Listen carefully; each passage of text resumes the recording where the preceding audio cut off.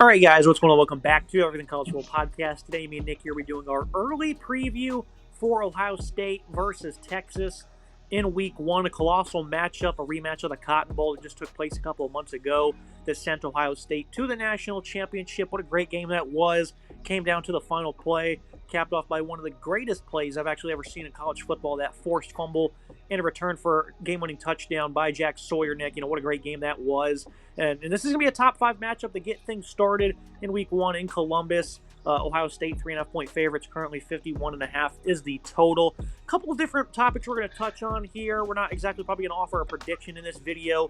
We are going to, hammer some of these topics down and, of course, talk about the implications from this one going down so early. I think number one, Nick, this is great. You have two high upside young quarterbacks, two top-ranked guys in Arch Manning and Julian Sayin.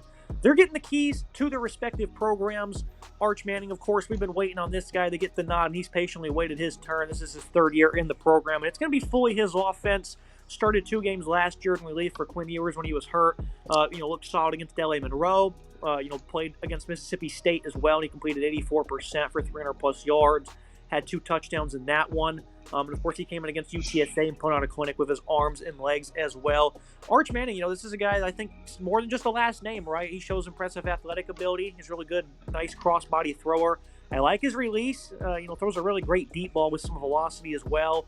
He has a good internal clock. These are some of the notes I've seen from those games he's played in, Nick. None of them are marquee opponents. I know he's got 2 starts out under his belt.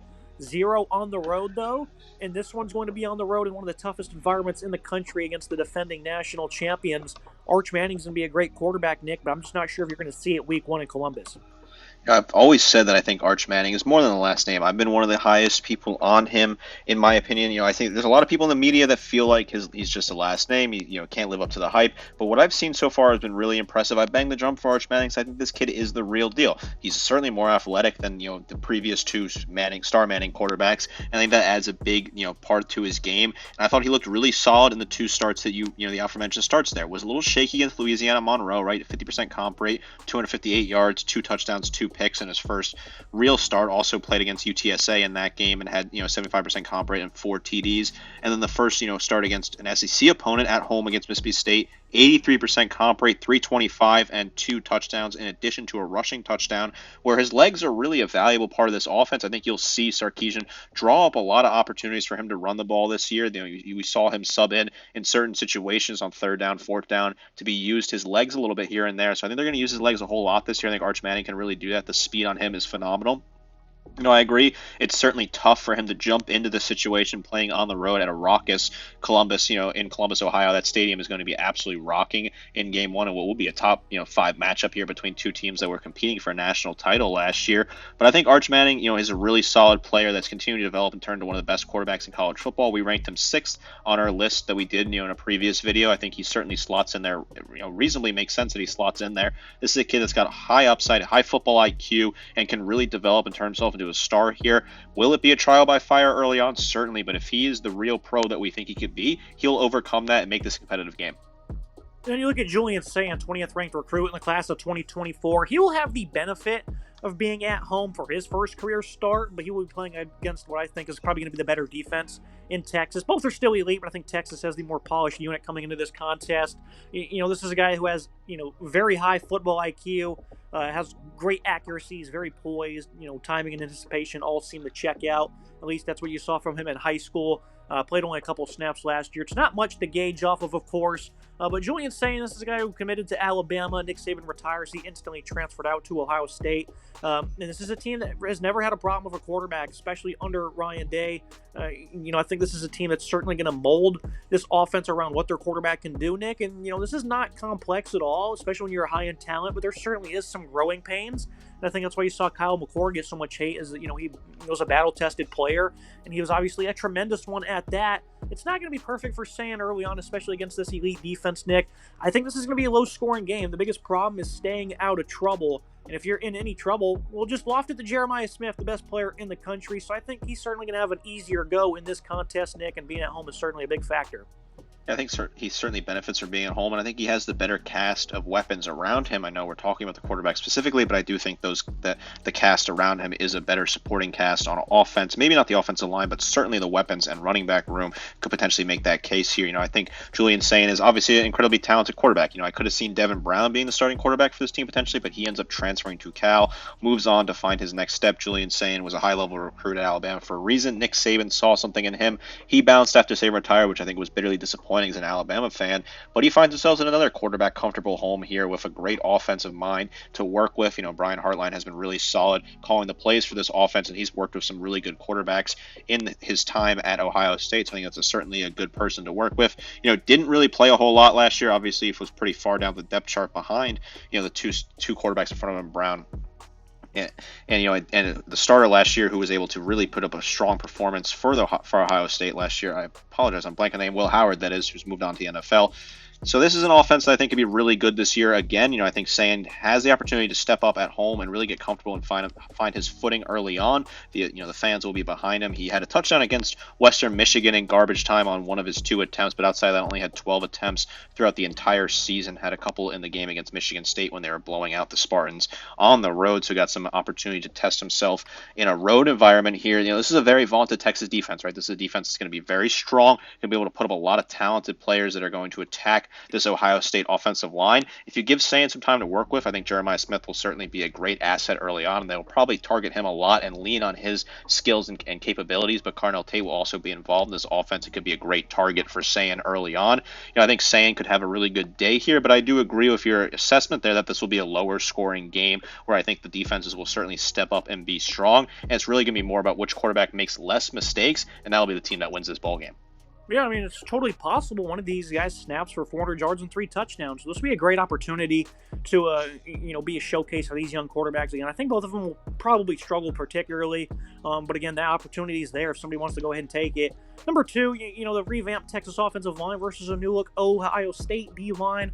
What is this matchup going to tell us? Because both these teams, they revamped in the trenches a great deal from last year's squad on both sides. Texas, they replaced both tackles. DJ Campbell is only returning starter at right guard. Cole Hudson's a veteran of the program, but he wasn't always great. Kind of lost his job there at center. So it's a completely different Texas O-line. A tremendous amount of size, great talent, of course. And Ohio State, their defensive line's a little bit worrisome because there's no real standout here that I can point to and go, this guy's going to be a star. Caden Curry, Caden McDonald have been solid number 2s up front in their career. Kanata Jackson, he's a senior at this point. You're thinking maybe that's a guy you can lean on. I think this is collectively going to have to be a strong group. A former 5-star linebacker in C.J. Hicks is going to cook down to edge. So that's an opportunity for him to break out in this game. We're going to learn a lot about these teams in the trenches, Nick, because I'm not overly confident in one group or the other, but I think the Texas O-line at the end of the day is the one I'm going to be more confident in. That's going to be a great opportunity, I would think, for Texas. What are you expecting from this Ohio State D-line, Nick, and where do you think the matchup favor is currently?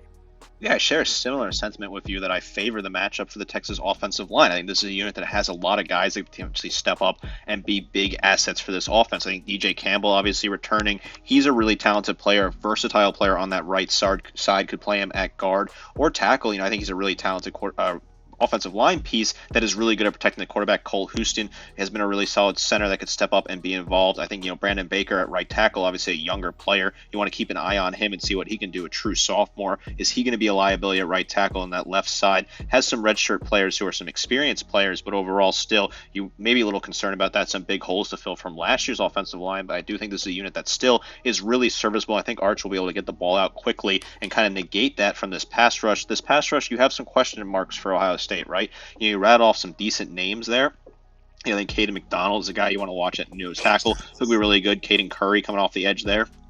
Where are they going to line him up? What's he going to look like? Is he going to be able to put good pressure on? C.J. Hicks going to come off the edge as well. What's his rotation going to look like? Is he going to get a lot of pressure really playing in that role for the first time, full-time for him? Kanata Jackson as well as a guy you want to keep an eye on that I think could be really solid. And Edric Houston's a younger player who they have a lot of faith in, a high upside player coming in there at defensive tackle who could rotate him around as well. I think he could be a really solid asset.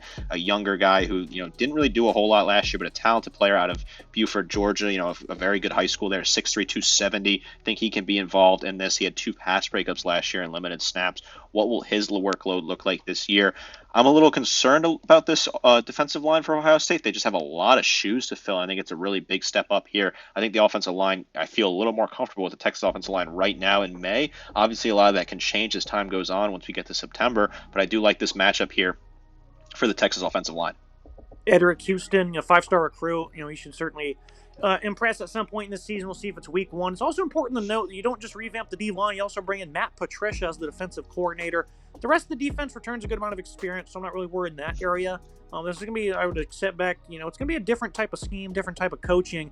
So if this D-line isn't clicking early on, I think this is, an area for Texas to certainly kind of expose the Buckeyes. They're still going to be tough and physical, but, in terms of pass rush, run stopping, it could certainly fall off a little bit, especially in this matchup. Look at a third point here. The Ohio State Buckeyes, the offensive line last year, it was a mess for them, right? This is a team that for the last 2 years I've acknowledged had a very poor offensive line. I still picked them to win the national title in both years. They got the job done last year despite a slew of injuries up front, Nick.